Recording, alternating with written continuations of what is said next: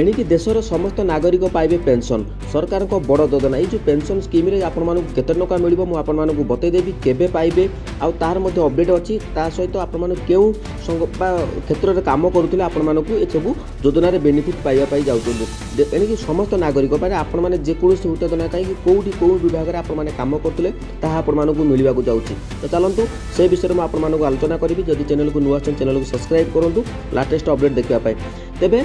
समस्त नागरिक पाइबे pension one nation one pension scheme जो रही केंद्र सरकार को बड़ योजना एणिकी देशर समस्त नागरिकों को मिलवा जाऊँगी पेंशन जहाँ समस्त मुखरे हस फुटाऊँच तेरे कौन रही वन नेशन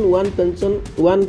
पेंशन जो स्कीम रही केंद्र सरकार देशर समस्त नागरिकों यूनिवर्सल पेंशन स्कीम आने प्रस्तुत करुँचे अणसंगठित क्षेत्र में कर्मचारी मानक सामिल करा जो माने अणसंगठित क्षेत्र में कर्मचारी मान अच्छा काम कर सामिल करा आहरी कौन रही अपडेट मुझे तेबे वन नेशन वन पेंशन एबे निर्माण साइट गुड़िक कार्य करुवा कर्मचारी देखो जो मैंने कोठाबाड़ी कम कर निर्माण साइट गुड़िक कार्य करुवा कर्मचारी घर स्टाफ एवं बिग वर्कर को सरकार पक्षर चालू रही पेंशन स्कीम गुड़िकर फायदा मिलूना तो देखो जो मैंने कम कर कोठाबाड़ी कर्मचारी मैंने श्रमिक मैंने कम कर जो पेंशन स्कीम गुड़िकर फायदा मिलूना तो तेणु सरकार कौन प्रस्तुत कर one nation one pension scheme योजना आरंभ कर तो ये कौन फायदा मिलिबो ना one nation one pension scheme रोची किंतु यूनिवर्सल पेंशन स्कीम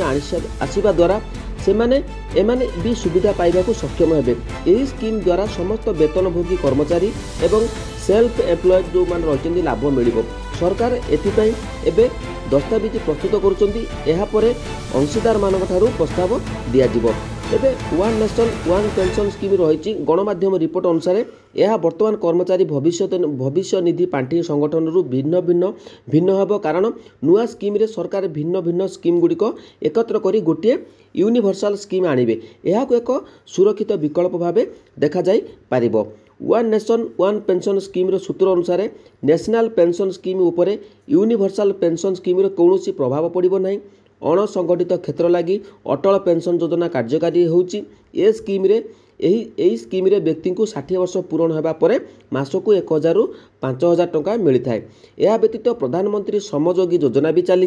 तेबे यही जो प्रधानमंत्री श्रमयोगी योजना भी चली वन नेशन वन पेंशन जो रही एथिरे सड़क पार्श्व उठा दोकानी घरोई सहायक एवं श्रमिकों को सरकार आर्थिक सहायता देते से भाई चाषी मान पृथक भाव एक स्कीम प्रधानमंत्री किसान मानधन योजना चली जो थे आपण बेनिफिट पाइबापी 60 वर्ष बयस होगा आपण को पेंशन मिल जाव तेबे एथिरे निवेशकों को 60 वर्ष होगा पर सरकार प्रति मास 3000 टंका आर्थिक सहायता प्रदान करिथांती निकटरे केंद्र सरकार नुआ पेंशन योजना यूनिफाइड पेंशन स्कीम यूपीएस को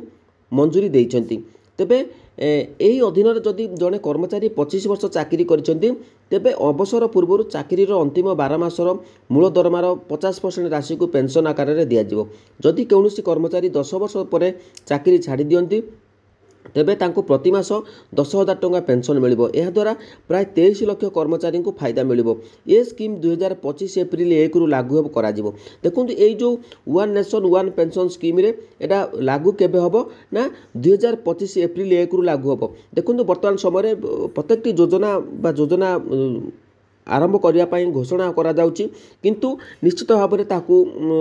केन्द्र अनुमोदन मिल जाउची तो देखा जाऊ एप्रिल मासरे कौन नुआ अपडेट आसूची ता पूर्व नुआ अपडेट आसीजिवो तो पेंशन पाइबापी आपण मानू कौन करने को पड़ो तापर अपडेट आपण मानू देदेवी जहाँ अपडेट थिला मु आपण मानू जळेदेली जदि भिडियोटी भल लगी चैनल को सब्सक्राइब करूँ मन रखु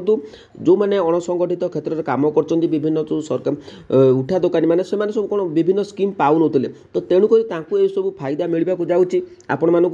मिल तो केते टंका आपण मानक रखा पड़ो नेक्स्ट वीडियो आलोचना आम करवा तो जहाँ भी अपडेट थी मुझे बतईदेली तो जदि आपण मैंने आगुरी अपडेट जानी तेज भल कथा जदि न जानी तेज चैनल को सब्सक्राइब करूँ लाटेस्ट अपडेट गुड़िक देखापी जदि वीडियो भल लगे चैनल को सब्सक्राइब करूँ जय जगन्नाथ।